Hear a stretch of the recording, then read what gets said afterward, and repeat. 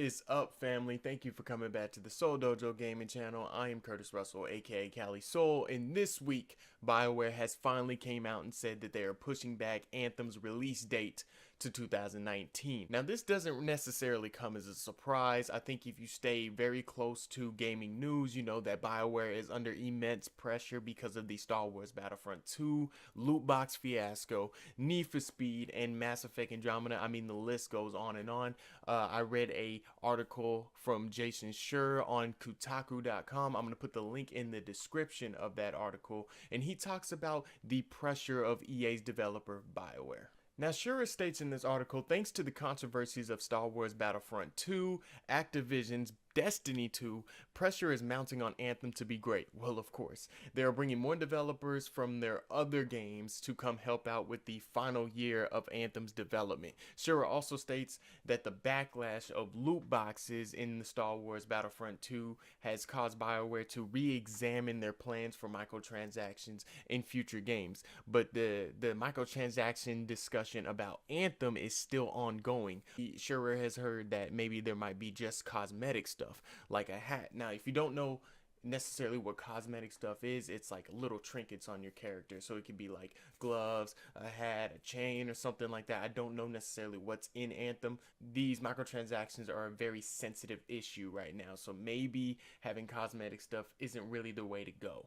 So what I think about all this, Mass Effect Andromeda was one of the biggest games of 2017, and you given that game to a small development team, basically Bioware's B team, who work on nothing but DLC. You giving this big game to them, a big task, and then they end up messing that up with just a whole bunch of terrible flaws with development. And then EA decides, I'm gonna put the biggest video game franchise ever on ice and just slough it aside. Then you have Star Wars Battlefront 2 and Need for Speed, who both are just so hated because of the loot boxes and the pay-to-win schemes that are in them.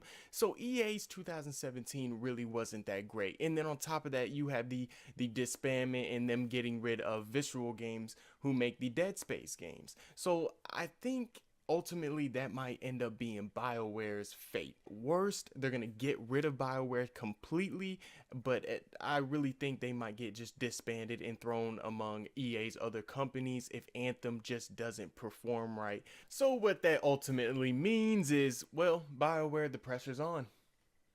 The pressure's on. Get to it.